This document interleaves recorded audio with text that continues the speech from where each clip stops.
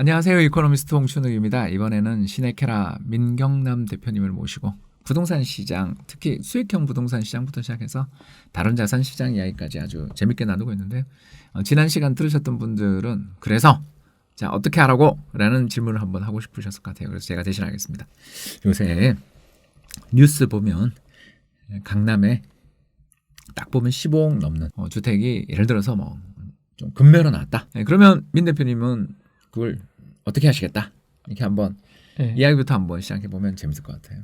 저는 당연히 살 것 같습니다. 이게 뭐 단호하시네. 좀 너무 뭐 일말의 망설임도 없을 것 같고요. 근데 이미 제 자산 포지션이 이미 그걸 다 말해주고 있고요. 그러니까 지금이 금매가 그나마 나오는 게요. 제가 봤을 때는 이 작년 그 12-16 대책 때문이거든요. 그렇죠. 지금 10년 이상 주택을 보유한 다주택자는 올해 6월까지 팔면 장기 보유 특별 공제 30% 받고 장기 특공이라고 하죠. 장특 받고 그다음에 양도세 중과 배제. 굉장히 큰 인센티브예요, 그죠? 그러니까 제가 이제 뭐 본의 아니게 이제 개인 자문도 좀 꽤 하고 있는데요. 거기에 오시는 분들의 그 많은 부분의 고민이 바로 그거였어요. 이 대책이 나와서 예를 들면 그거예요. 지금 내가 양도세를 내면 뭐 1억 5천인데 이거를 6월 이후에 팔면은 양도세가 뭐 7억, 8억이 돼. 어떻게 해야 됩니까? 네, 충분히 이해됩니다. 그때 제가 뭐라고 말씀드리냐면요. 그러니까 예를 들면 그 20억짜리예요. 그럼 지금 일단 1억 5천 양도세 내시고 던지세요. 다시 사세요. 그렇지. 그러면은 그거 다시 사는데 8천에서 1억 정도 비용만 들고 취득세랑 중개 보수 내면 되잖아요. 그러면은 그 다시 사면은 내 자산의 과표가 올라가 버리는 거잖아요. 맞습니다. 그러니까는 근데 이제 대부분의 분들은 지금 잘 못하시죠. 아마 이제 던지고 그냥 끝내실 거예요. 그런 던지는 싼 매물 무조건 6월 말에 팔아야지. 이게 계산해 보면요, 5% 10% 떨어뜨려도 그분들은 파는 게 맞아요. 그렇죠. 세금 차이가 너무 커가지고요. 그러니까는 그거를 지금 딱 잡기가 좋은 타이밍이거든요. 근데 그게 열차가 지금 이제 거의 떠나간다는 게 문제인 거죠. 그렇죠. 벌써 지금 4월 중순이 넘어서 이제 말로 가고 있으니까 얼마 안 남았고. 그렇죠. 주택 거래하는데 보통 두 달에서 세 달 걸리니까. 그래서 지금 나오는 그런 물건들은 보통 한 달 내에 잔금까지 다 치라는 그런 전제가 다 붙는 물건들이에요. 그 작년 올해 사이에 그 부동산 시장에서의 매수 세력들의 교체가 있었거든요. 저는 이제 그런 통계를 좋아하니까 2014-15년 그 이른바 하우스 푸어 사태에서 바닥을 치고 부동산 시장이 날아오르기 시작할 때는 50, 60이 샀어요. 50대, 60대 그 베이비붐 세대들. 네네. 저보다 좀 한 10살 많으신 분들이 그때 줍줍하셨어요. 특히 소형 평형 위주로 임대사업자 등록이 그때 활성화되던 시절이죠. 그래서 이분들은 이제 노후 설계를 임대사업으로 그러면서 주택 가격도 올라서 이미 다 설계 끝나셨죠. 근데 이제 2018년부터의 특징이 뭐냐면 3040 세대가 주택 시장에 대거 진입을 했거든요. 그러면서 그 2015, 16 그때에 비해 가격의 상승폭이 그래서 더 격렬해진 면도. 왜냐하면 이게 매매를 안 해보신 분들이 들어오면 아무래도 일단 산다의 목표를 두고 그 민 대표님처럼 엑셀을 쫙 열어가지고 금리 몇 %에 지금 전세를 사냐 집을 사냐 이걸로 계산하는 사람들은 딱 가격을 보고 들어가는데 그러지 않은 경우들도 좀 있고 이런 쪽에서 어떻게 좀 매물의 가능성은 없는가. 왜냐하면 경기가 나빠지면 자금 조달에 어려움이 생길 수도 있고 또 직장의 안정성에 문제가 생길 수도 있잖아요.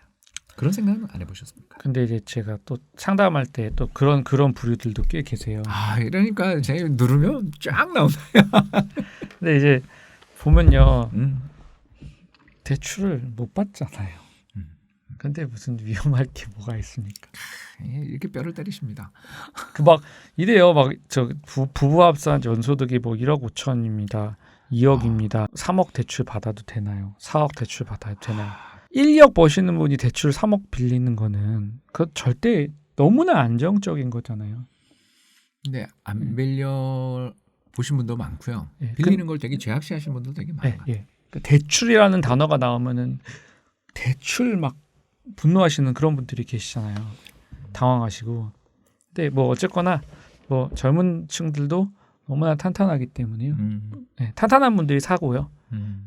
그리고 이 우리나라는 솔직히 그 금융 교육이 좀 부족해서 저는 그 대출이라는 걸 죄악시하는 그런 좀 분위기가 있다고 생각을 하는데요. 그렇기 때문에 더더욱 사람들이 자기 돈으로 집을 사요. 젊은 사람들도요.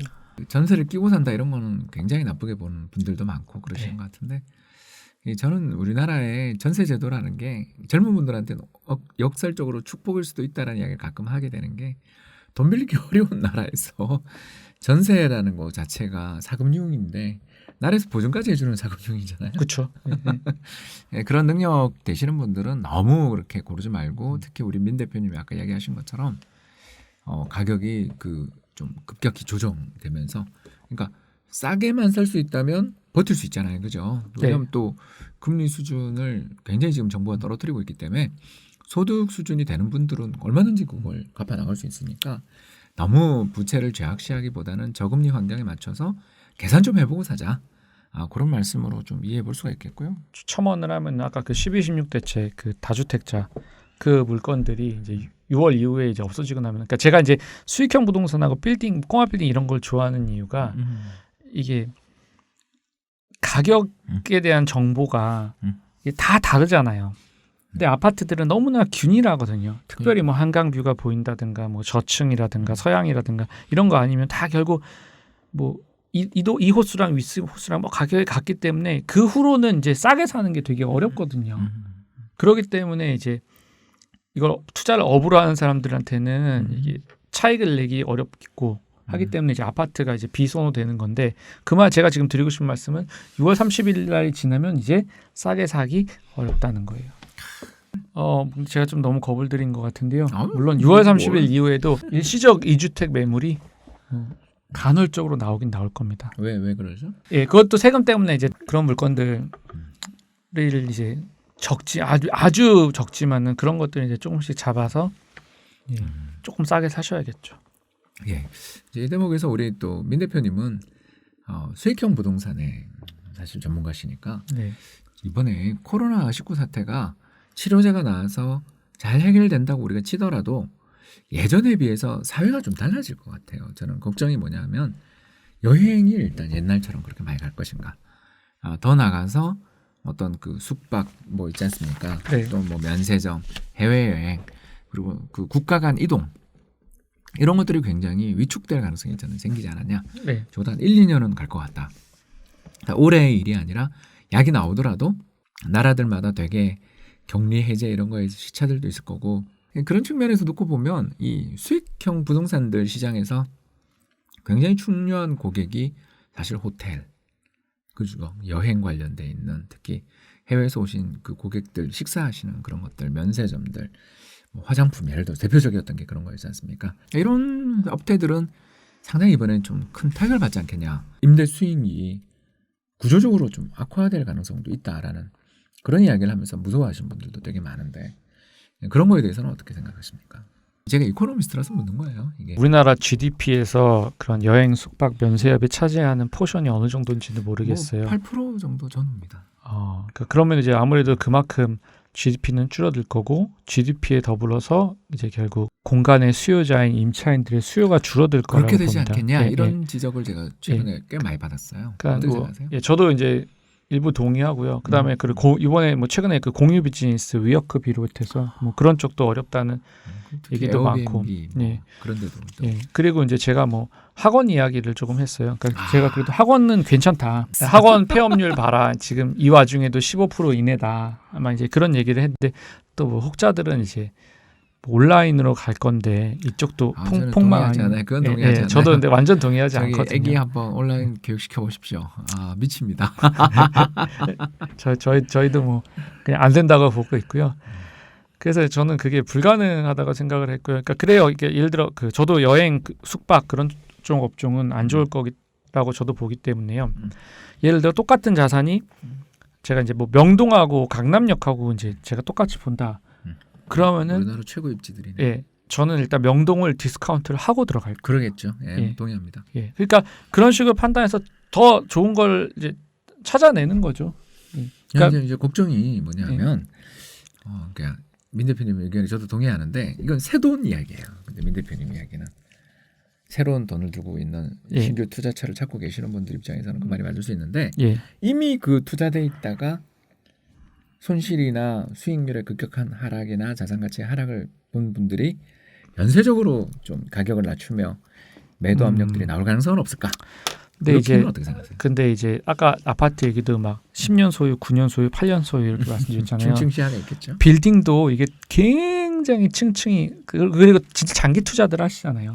아까 그러다 얘기했던 보니까 세금 때문에 그렇다. 그러다 보니까는 지금 말씀하시는 던져야 그 손해를 보신 분들은 1년 차, 2년 차도 없어. 딱 1년 차 분들밖에 없을 거예요. 그러겠죠. 예. 현금 흐름 자체가 그 이전에 이미 쌓여 있는 게 있는데. 예. 그러니까 적다는 거죠.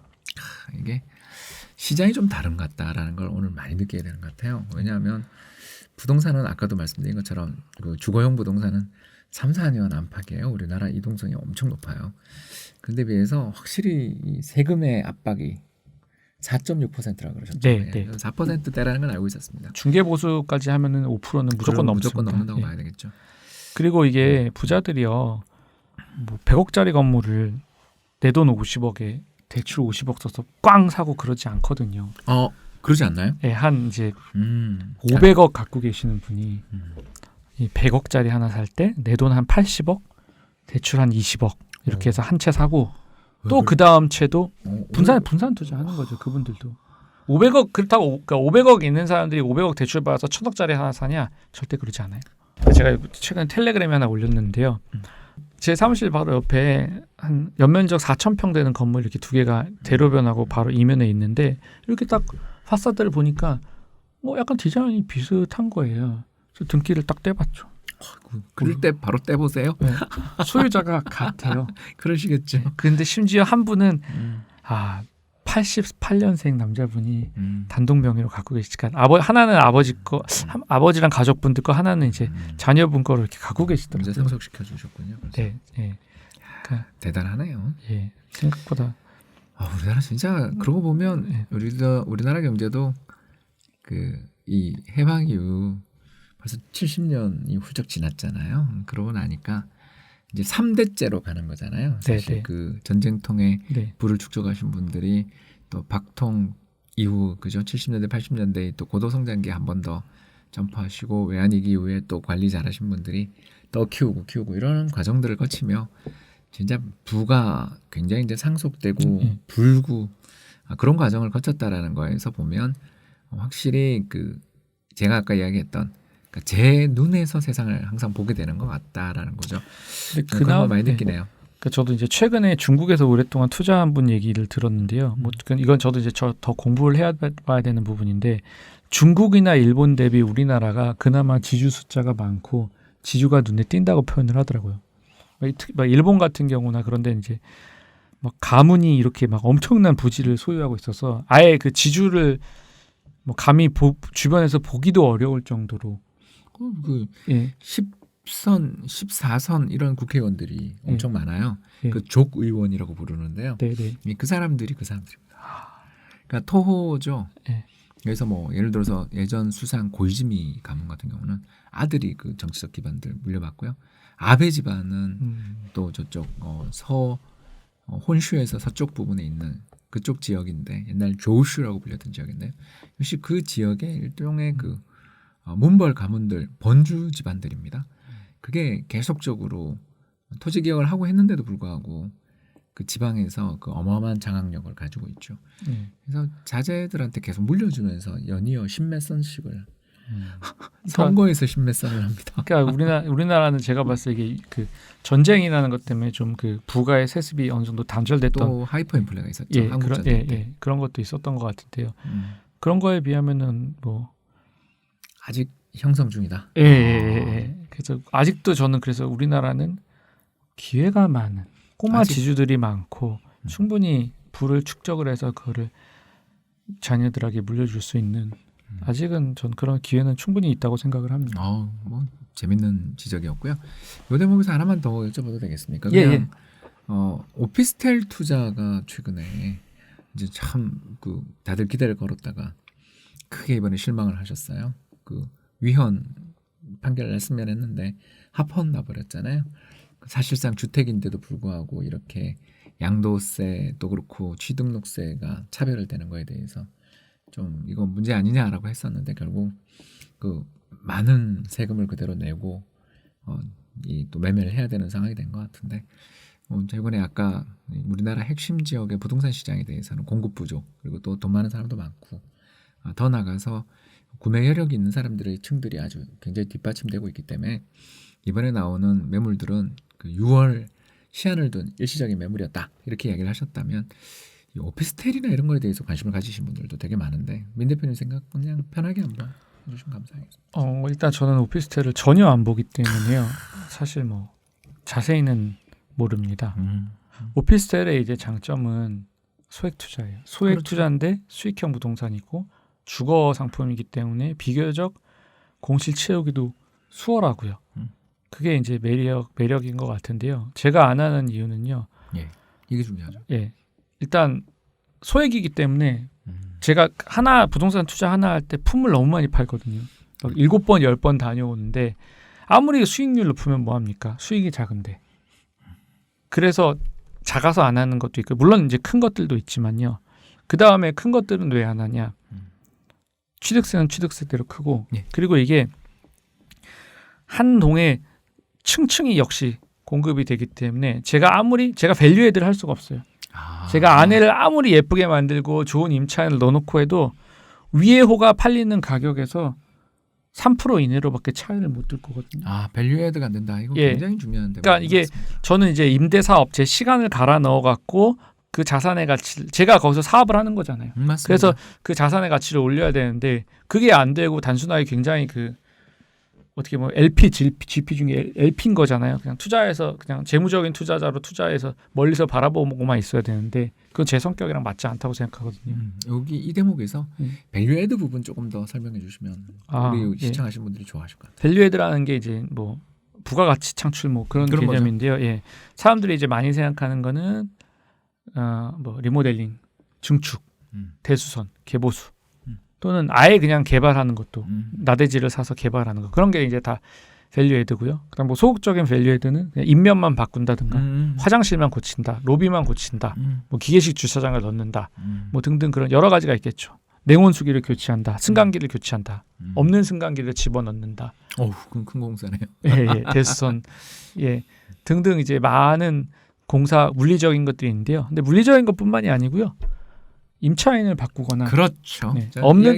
없는 임차인을 내가 좋은 임차인을 구해서 채워 넣는다든가 이것도 밸류에드예요. 그게 제일 저는 큰 밸류에드 같아요. 예, 그래서 사실 저는 건축가 출신이지만 그 전자보다는 후자 쪽에 더 집중하고 있습니다. 맞습니다.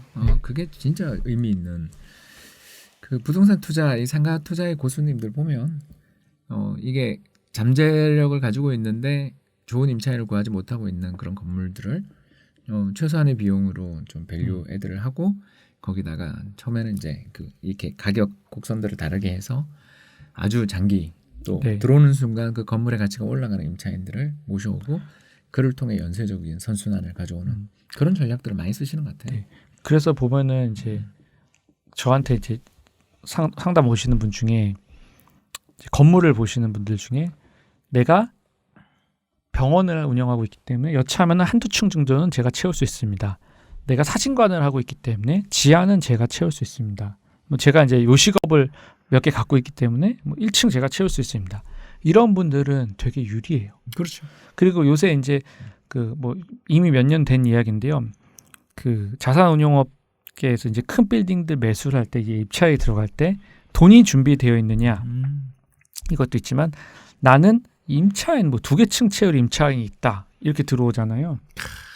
그러면 매도자 입장에서 되게 가산점 많이 줍니다. 그러니까 뭐 이게 NPL 시장과 달리 그런 큰 오피스 시장은 뭐 제일 높게 쓴 사람이 되는 게 아니거든요. 맞습니다. 이 돈이 진짜 진정성이 있고 이 딜을 클로징 시킬 수 있는 확신성이 있는지 그런 걸 다 종합적으로 보다 보니까요.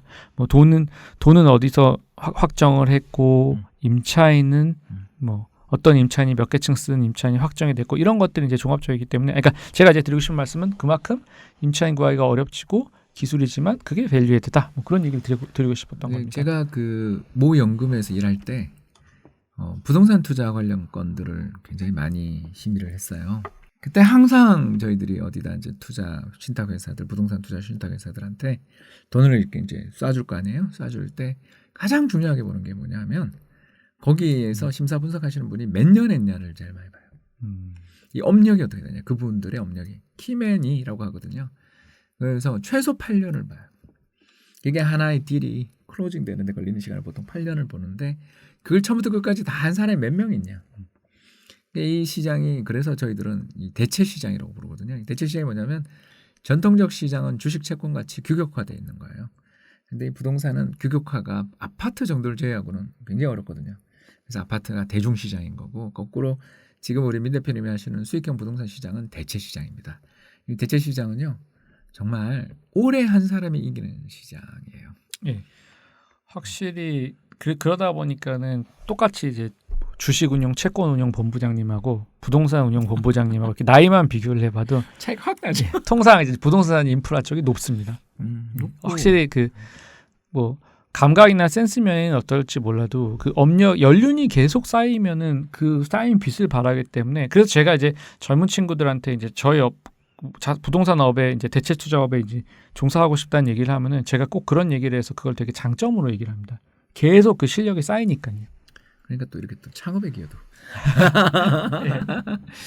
저야 뭐 증권사에서 오랫동안 있었는데도 불구하고 부동산 이런 쪽에 계시는 분들하고 저하고 좀 차이가 그런 거더라고요. 저희들 증권, 은행 이런 쪽에서 운용하거나 일을 하다 나오신 분들은 참 사실 그렇게 그 다음 넥스트 찾거나 포지션들이 만만치 않을 때가 많은데 부동산 업계에 계시는 분들은 그게 좀 다릅니다. 방금 우리 민 대표님 이야기하신 네트워크가 정말 중요하더라고요. 이 세계에 또. 그리고 또 제가 이제 퇴사하던 시점에 제안받았던 자리 중에 하나는요. 그 준 재벌 이제 부동산 부자 그런 집안 그 약간 소위 말하는 자산 관리였죠. 집사 그런 인하우스 집사 네. 역할하는 그런 포지션도 제안을 받았었어요. 그런 데로도 활용이 가능하거든요. 야, 참 굉장히 다양한 직종이 있습니다, 여러분. 약간 이제 이야기를 돌려가지고 얼마 전 실리콘밸리 여행기 봤어요. 예. 재밌게 봤는데 미국 부동산 시장 보고 오신 느낌은 어떠셨어요? 물론 코로나 사태 때문에 많이 바뀌긴 했겠지만 그래도 재밌게 봤습니다. 저는 정말 그 여행기를 참 재밌게 봤어요. 아유, 감사합니다. 뭐 열심히 보고 있어요. 그러니까 제가 그때 이제 5편 쓰려고 했는데 이제 부동산 편만 부득이하게 못 썼는데요. 한 4편 정도를 썼었는데요. 제가 이제 그쪽을 투자를 하고 싶었던 이유는요. 그러니까 저는 이제 보는 게 딱 서울, 맨하탄, 실리콘밸리 이제 이 정도만 이제 생각을 하고 있어요. 코어. 네, 완전 코어 오브 코어만 보고 있는데요. 그 뭐 빵이라 그러잖아요. 네, 그것부터 페이스북, 아마존 뭐 이런 기업들입니다. 예. 그 기업들 핫한 것도 실제로 눈으로 보고 오고. 그래서 사실은 이제 그냥 가족 여행으로 친척이 거기 있어서 다녀온 건데요. 그 참새가 방앗간을 그냥 지나칠 수 없어서 그래서 이제 중개사무소도 들리고 은행도 들리고 이제 그러고 이제 얘기를 들어봤는데요. 저는 이제 제 실물 자산의 일부를 이제 달러 자산으로 갖고 싶은 생각도 좀 진짜 안전 자산이라고 생각을 더 서울보다 어떻게 보면 더 안전 자산이라고 생각을 했던 거고요. 그런데 이제 막상 가보니까는 외국인이나 LTV는 낮고 금리가 생각보다 높더라고요. 뭐 더 알아보면 낮아질 수 있었겠지만 제가 본 거는 막 3% 후반 이랬었어요. 그것도 많이 떨어진 거예요? 네. 캐나다 대비 높고 외국인이라고 차별도 있고 그리고 임대료는 생각보다 낮고. 코어네. 예. 그러니까 우리나라 갭 투자처럼 인컴 게인이 아니고 인컴 로스가 발생을 하는 거예요. 물론 이제 나중에 캐피탈 게인을 먹고 환이익을 먹고 하면은 다 그게 상쇄가 되겠지만 환이야 진짜 어떻게 될지 전 전혀 모르겠고요. 저도 몰라요. 그다음에 뭐 캐피탈 게인이야 뭐 볼 가능성이 높지만요. 굉장히 높죠. 예. 그래서 저는 현 시점에서는 그게 그 거리에 있고 제가 자녀들도 이제 돌봐야 되기 때문에 이제 그렇게 멀리 왔다 갔다 하는 게 어려운 상황에서 관리가 어려울 것 같더라고요. 그런 상황에서 인컴 로스가 나는 상황에서 더더욱다나 투자할 마음이 좀 사라지고 그리고 제가 거기서 이제 아침에 조깅을 막 하고 다녔는데 픽업 트럭들이 엄청 많아요. 계속 돌아다니면서 보수를 하고 있는 거예요. 뭐 50년 된 집, 100년 된 집이니까 얼마나 수리할 게 많겠어요. 거기 또 규제도 강해요. 예.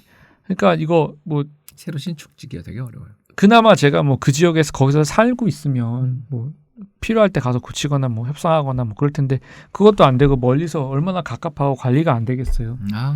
말도 그래서 못하겠죠. 정리하면은 인컴 로스가 난다는 것과 관리가 어렵다는 이슈, 멀기 때문에 관리가 어렵다는 이슈 때문에 일단 근본에는 투자를 포기를 했습니다. 저도 네. 그래서 네. 해외 투자 중에서도 특히 부동산 투자 권하는 그런 분들이 가끔 계시는데 부동산이라는 게요. 우리 민경남 대표님 아까 이야기도 잠깐 했지만 오래 한 사람이 이기는 시장이에요. 근데 우리 같은 스트레인저 이방인이 가가지고 거기 가서 뭐 물건 보고서 덜컥 산다. 저는 정말 무서운 것 같아요. 근데 더 진짜 많은 분들이 보지 않고 삽니다. 네, 그건 뭐 사실이죠. 네, 보지도 않아요. 근데 그게 나중에 후회로 이어질 수 있는 특히 그 계산을 좀 해보자. 우리 민 대표님 방금 이야기하셨잖아요. 투자의 프로세스에서 이게 내가 손해와 이익이 나기 위한 조건들을 계산을 해보는 거잖아요. 네, 그런 조건들을 좀 꼭 보셨으면 좋겠고. 세상에 뭐 나쁜 개는 없다 그런 제목처럼 세상에 나쁜 자산은 없는 것 같아요. 맞아요. 네, 싸게 사면 좋은 자산, 비싸게 사면 나쁜 자산이 되는 것 같습니다. 이제 뭐 화제를 조금 더 돌려서 예. 얼마 전 4.15 총선이 역대급 결과를 가져왔어요. 네. 선거 어떻게 보셨어요? 제 블로그에다가도 한 차례 기록했고 오늘 또 이제 아직 신문을 못 봤는데요. 그 보면 거기 있는 주요 수치들 다 정리해서 기록해 놓고 중요한 지표로 쓸 것 같습니다. 그래요. 어떤 변화가 있을 것 같다 이런 생각이 좀 드시나요? 일단 규제가 이제 제일 큰 관심사일 거예요. 근데 지금 이미 규제가 저는 진짜 강력하다고 생각하기 때문에요. 더 세게 나가기가 쉽지는 않을 거라고 조심스럽게 생각이 됩니다. 이번에 지역구는 압승을 했지만은 비례대표도 달랐어요. 예, 비례는 또 달랐거든요. 그러니까 뭐 지금 이게 여당이 강한 힘을 얻었기 때문에 막 굉장히 밀어붙이고 그러기에는 쉽지 않을 거예요. 그리고 지금 총선 공약이나 기존의 이제 기조들을 봐도 서울 핵심지에 그야말로 뭐 포르쉐 람보르기니 자동차로 치면요 이런 거를 공급한다는 얘기가 없어요. 없죠. 예. 뭐 그렇기 때문에 이제 규제 측면에서는 공급이 어려울 거기 때문에요. 뭐 상승의 가능성은 열려 있는 거죠. 그리고 세금 부분은 그러니까 저도 사실 진짜 예측이 안 됩니다. 그냥 대응을 할 뿐이고 거기에 맞춰서 뭐 종부세 뭐 몇천 나왔다. 그럼 뭐 몇천 더 벌어야지 뭐 이제 그렇게 생각만 하고 있는데요. 이번에 보면은 강남구 쪽을 보면은 1주택자들 뭐 종부세는 감면해 주겠다. 그런 공약들. 예, 좀 나왔어요. 뭐 그게 이제 이게 빌공인지 진짜 공약일지 어떨지는 모르겠지만요. 그런 여당 내에서도 그런 움직임. 그다음에 뭐 종부세도 공시가격 9억이 아니고 12억으로 올리게 주겠다. 이제 그런 모습들을 봤을 때 이게 그리고 그분들도 그 정책 위반자들도 다 강남 주택 많이들 갖고 계시잖아요. 그러니까 이게 뼈를 갑자기 확 때리네요. 저는 그 비율하고 누가 갖고 있는지 그거 다 거의 웬만큼 다 알고는 있는데요. 좋은데 사시더라고요. 예, 그러니까 그게 쉽지는 않을 것 같습니다. 네, 아무튼 규제 완화가 쉽진 않은데 조금 기대는 해본다. 정도. 그리고 이제 그 전월세 상한제 부분이랑 그 갱신 기간 거기에 대해서는 제가 지금 아직 완전한 스터디는 안 됐는데 굉장히 주요 깊게 지금 그렇죠. 보고는 있습니다. 앞으로 수익성을 저할 키팩터 중에 하나죠. 예, 그게 이제 임차인들한테 치명적일 수가 신규 임차인들한테 치명적일 수가 있거든요. 그게 기존 임차인을 이제 보호하는 거잖아요. 근데 신규는 문제가 되는 거죠, 항상. 네. 그러니까 마치 그거랑 똑같아요. 이게 아까 이번에 뭐 말씀하셨잖아요. 2018년 이후에 3, 40대 밀레니엄 세대들이 주택을 취득했는데 그거에 되게 큰 이유 중에 하나가 청약 시장에서 소외된 거거든요. 그래서 청약 포기해버리고 주택을 구입한 건데 마찬가지거든요. 기존 임차인들을 보호해주면 신규 이제 신혼부부나 새로 들어오는 임차인들은 저기 3기 신도시 아직 뭐 그 광역철도도 연결되지 않는데 가서 살라는 건데. 광역철도는 기대하시면 안 됩니다. 여러분 땅 판 것도 믿기 어려운. 우리나라에서 현재 이 광역철도망으로 직접적 수혜를 지금 수년 내에 이야기할 수 있는 데는 신안산선하고 8호선 연장 구간 정도. 그 없는 것 같아요. 8호선 연장 구간도 그 위례 남쪽에 있는 거기 그 역 하나 만드는데 막 그 지주가 13명인가밖에 안 되는데 그거 때문에 막 2년이 막 사업 기간이 딜레이 됐어요. 예. 예. 그리고 9호선 3단계 구간만 해도 제가 그거 생각하고 15년 정도 투자한 게 있었는데 그 사이에도 한 1년 반, 2년 정도 연장돼 버리더라고요. 현재 준공 27년이다. 뭐 이렇게 써 있는 거는 제가 봤을 때는 한 35년 그래서 40년 사이겠구나. 뭐 이제 약간 그렇게 생각하고 들어가고 아예 저는 그 염두 안 하. 그리고 저는 아예 호재를 전혀 신경 안 쓰고 관심 안 갖고 투자를 하기 때문에요. 네, 뭐 그러니까 올해 내년 개통 예정 이런 정도는 네, 모르겠습니다만 먼 미래 이야기를 너무 프라이싱하는 건 위험하다. 이런 정도로 좀 받아들여 주시면 좋을 것 같고요. 네, 저 그렇게 생각. 아, 우리 뭐 시간이 막 쑥쑥 가는데요. 네. 3부로 나눠서 하려니까 그건 좀 그렇고 해서 마지막 이야기를 이제 조금 해보자면 우리 이제 오늘 시청자분들이 굉장히 재밌는 이야기를 많이 들으셨어요. 강남에 만약 그 매물이 나오면 어떻게 할 거냐. 더 나가서 수익형 부동산들 투자함에 있어서 밸류에드 이야기까지도 굉장히 재밌었던 것 같고 특히 오래 공부하고 투자한 자가 이긴다. 이런 이야기들까지 해서 오늘 뭐 정말 귀담아 들을 만한 이야기를 되게 많이 해주셨는데 오래간만에 나오셨는데 우리 시청자분들한테 한마디 좀 이런 거 좀 도움되는 이야기 한번 해주고 싶다. 마지막으로 뭐 짧게 한번 이야기해 주시면 감사할 것 같습니다. 부동산 투자는 노가다입니다. 노가다. 네.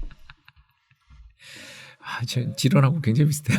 예, 진짜 노가다기 때문에 뭐 안 좋건 좋건 그냥 계속 알아보고 노력하고 시간을 쓰고 조사하는 사람에게 언제나 과실은 주어진다고 생각을 합니다. 물론 이제 뭐 모든 뭐 인생은 운칠기삼이고 저도 이제 한 70% 정도는 운이었다고 생각을 하고 30% 정도만 제 노력이었다고 생각을 하는데요. 예, 그럼에도 불구하고 계속 노력을 하고 알아봐야지 된다고 생각을 합니다. 그리고 너무 큰 그런 거시 지표들 그런 거에 어차피 알 수 없는 거기 때문에 맞아요. 그냥 GDP 성장률이 몇 프로다. 그냥 그거 정도만 딱 보시고 굉장히 디테일한 투자를 해야 된다고 생각을 합니다. 뭐 잠깐 뭐 주식 얘기들로 들어가면은 예를 들면 뭐 코로나 사태가 터진다 그래서 뭐 간장 안 먹나요? 우유 안 먹나요? 학원 가서 공부 안 하나요? 그러니까 그런 것들을 찾아야지 뭐 코로나가 터졌으니까 모든 주식 시장은 안 돼. 이게 아닌 거잖아요. 제가 말씀드린 것들은 굉장히 빠른 속도로 치고 올라가기 때문에 그 한꺼번에 떨어지는 게 어떻게 보면 박앤세일 막 줍줍할 수 있는 타이밍인 거라고요. 가치 투자자로서의 자세를 갖고 계시는 거예요. 예. 그래서 뭐 언제나 노력하고 준비하고 공부하는 자에게 분에게 이제 기회는 있다고 생각을 합니다. 부동산이 참 공부한 낙이 있는 시장이다. 저는 그런 생각을 많이 하고요. 주식은 아까 말씀하신 것처럼 운이 너무 많이 따르는 시장 같아요. 이게 내가 들어갈 때가 대세상승이면 아무리 종목 고르는 능력이 없어도 돈을 벌고요. 반대로 들어간 시장이 굉장히 침체된 시장이면 정말 고수들만 아주 운 좋은 고수들만 그러니까 운도 좋고 고수만 돈을 벌 수 있는 시장이 되더라고요. 그런 측면에서 부동산 시장은 발로 뛰는 저는 임장 안 하시면서 부동산 매매하겠다는 생각 버리시기 바라고요. 특히 전철역 내려서 부디 좀 걸어보시기를. 그리고 지난번 방송 때 말씀하셨는데 제 거래 상대방이 워런 버핏일 수도 있잖아요. 주식은 진짜 무서워요. 근데 부동산은 한국 사람입니다. 그냥 평범한 일반 사람의 경우가 되게 많다 보니까요. 그런 것도 확실히 그 난이도에 있어서 전 주식이 훨씬 더 높다고 생각을 하고 저도 정말 그거 전적으로 동의합니다. 그래서 주식 하실 거면 자산 배분하라고 달러 자산 좀 갖고 가라고 오늘 그런 이야기도 들었는데 아까 미국 부동산 시장 재미있게 들었습니다. 오늘 긴 시간 2부에 걸쳐서 이렇게 출연해 주신 민경남 대표님에게 감사합니다. 감사합니다. 말씀드리고요. 오늘 또 시청해 주신 우리 시청자분들 또 감사드리고요. 다음에 더 좋은 컨텐츠로 찾아뵐 걸 약속드리면서 이만 물러가도록 하겠습니다. 감사합니다. 감사합니다.